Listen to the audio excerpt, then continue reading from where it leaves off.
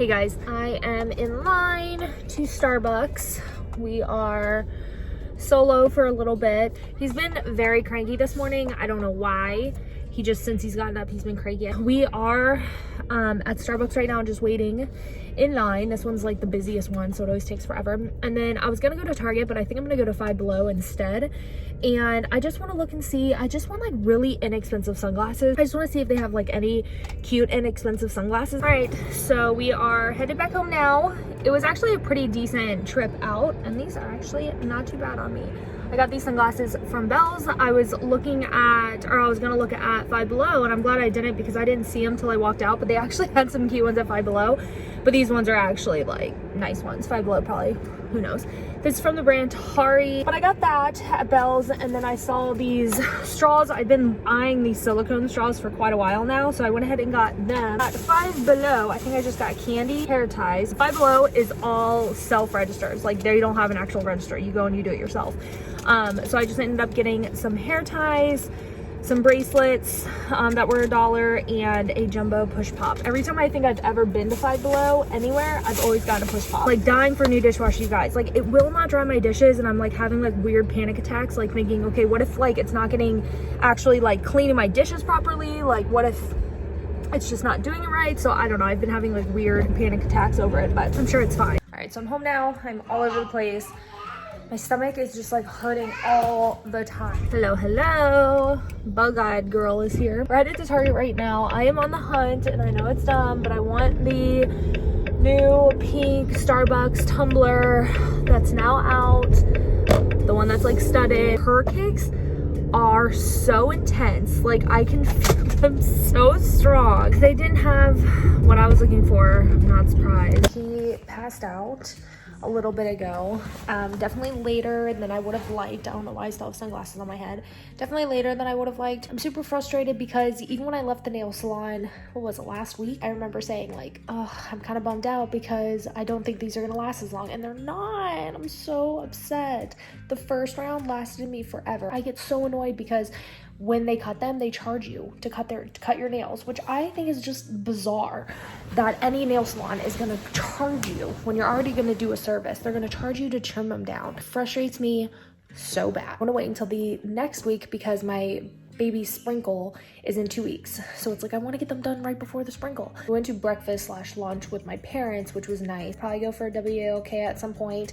I really wish my dogs were good, like on a leash to where I could like walk him and them at the same time, but I can't because I have to chase my son, and then they poop. I'm not kidding you. Let me know if your dog's the same.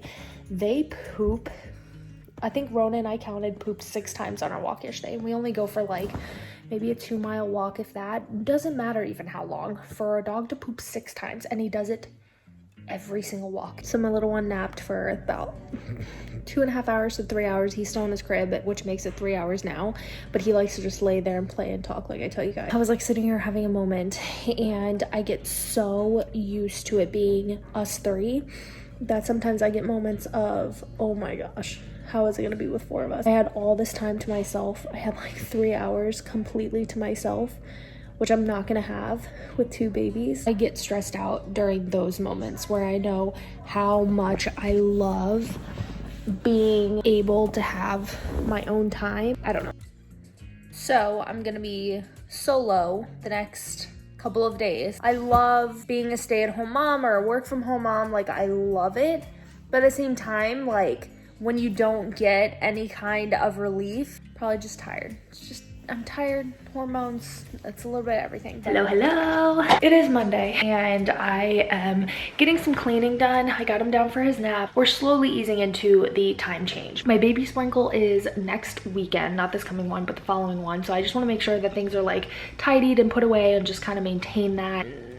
He's fighting his nap. He's been in the crib for like an hour now, and he still has not fallen asleep. What was really cute is I was listening to him, and I could tell like he was a little distraught earlier. So I walk in his room, and he's like, "Mama, pee pee." I was like, "Did you go pee pee?" And he goes, "Yes." And so I was like, okay, I'm gonna change your diaper. So I go to change him, and he pooped. And he always calls poop pee pee too. He knows how to say poo poo, and he knows what poo poo is. But just going to the bathroom in general is pee pee to him. But now he's still having trouble falling asleep. So I'm not saying this was a good thing, but he didn't end up taking a nap today. But he did do like quiet time. So he did have that time to like relax and take it easy and try and like just be calm. So he did have that today, but he did not actually fall asleep, which I think was actually a blessing in disguise. Half of me didn't want him to, just because I knew he'd be really tired come bedtime. And it'd be easier for me to get things moving along. I knew he'd be grumpy, but as long as I move things along, it'd be a little easier to get him in bed. So I got him in bed the perfect time. Overall, he's very good at understanding when he has like gone too far. What I mean by that is like when he starts getting really fussy, he's very good at drawing himself back once I tell him that's enough. He'll start being fussy, he'll start whining or whatever, and then all I have to do is say, that's enough, and he'll stop, which is really, really impressive at his age. I'm very thankful that he's doing that now. I know it's not always gonna last that way. Eventually he's gonna, you know, get tougher and tougher and tougher, but I feel like the more we nip it in the bud now, the better. We don't give him what he wants when he whines. We don't even always give him attention when he whines. So I think he just is learning that whining is a negative thing, and we always redirect it. We'll sit down, get to his level, and we'll ask him, okay, what is it you want? And then he'll let us know what he wants, and then we make sure that he says please and thank you. He gets really proud of himself when he says please and thank you, and when he feels like he did communicate with us properly in the right way, he gets really proud of himself. So we give him that opportunity to express what he's wanting to say, express what he's feeling, and when we, you know, recognize it, he just gets really, really proud of himself. I'm not a pro parent, I'm just saying what's been working. Literally out of nowhere, my body has completely taken a bizarre turn. Sciatica hurts every single night. I pretty much have it every night, but it's like really brutal tonight. As soon as I got out of the shower, I became really almost lightheaded and like nauseous. And then I ate something which helped. And as soon as I've been eating lately, like as soon as I eat, I have to go to the bathroom. And I know that's TMI, but it's how it's been. And then now I'm just getting a ton of Rex and Hicks, but I can tell that my body is like doing something. I started getting really tired today, like I told you guys. My body just really hurts, and I'm nauseous again, and I just get winded. Like I just all of a sudden just feel like I can't breathe right. I don't know, it literally just came out of nowhere. I just started feeling really, really, really crappy. So I've kind of just been relaxing while he does his thing, but I'm exhausted and I can't really lay down. I'm like trying to lay down, but I'm in a lot of pain when I do. So it's like every time I get comfortable, the sciatica comes back. I'm definitely having some weird reaction to something. I'm telling you, something is so weird with my body tonight. Like I peed, I think like right before I got on camera with you guys. The second I put the camera down, I had to pee again, which I know is like totally normal for pregnant women, but like for me, it's not. I just took some water. I always forget, like whenever you have like Braxton Hicks and stuff like that, you really want to try and sit and chug water and try and see if they'll go away, and they are going away, thank goodness. And I do feel a lot better literally since chugging water. Hey guys, it is Tuesday.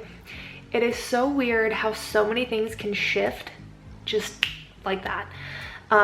You know, I feel like it was just last week or the week before that I was complaining that his naps were really difficult again, and he was fussing a little bit before bedtime. And I mean, he never really like fought us or stopped us, but he still would take forever to fall asleep, and it just was becoming like, I don't know, weird. But then all of a sudden, like everything shifted.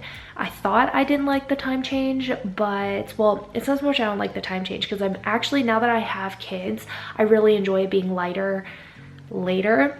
Whereas before I was a parent, I loved the dark. I loved when it got nighttime and, you know, you went to bed early and cuddled up, and I love, you know, I love that it got dark sooner, especially during fall and winter time. And so anyway, I thought I was having issues though with him and the scheduling. I thought it was going to be like so difficult this whole week just trying to get him back on schedule, but for some reason he is even more accustomed, and he seems to like this time shift better as well. And we need to order my daughter's dresser. We already have her crib. I'm beyond annoyed right now. So he has been napping wonderfully. Today he would have done a 3-hour nap and it would have been glorious. For him, for us, it would have been great. However, we have landscapers, as you guys know. They, for the last 2 or 3 weeks have not mowed our backyard. When they have done it, they haven't done the full job. And when they have, they'll leave patches. They won't do all, like they need a weed whack. There's certain areas that they would need to weed whack or edge, and they don't do that. And if they have done that, they do it like days later. So they leave us with patchy grass. Like there's never been a day that we've had our entire property manicured to where there's like where it's all done. I contacted them last week, didn't hear back from them, told them our yard wasn't done, and some of our yard was done, but not all of it, and this is not the first time this has happened, and yada yada. Never heard back from them, never heard back from them. Finally, this morning, I contacted and was like, is there someone else I need to contact?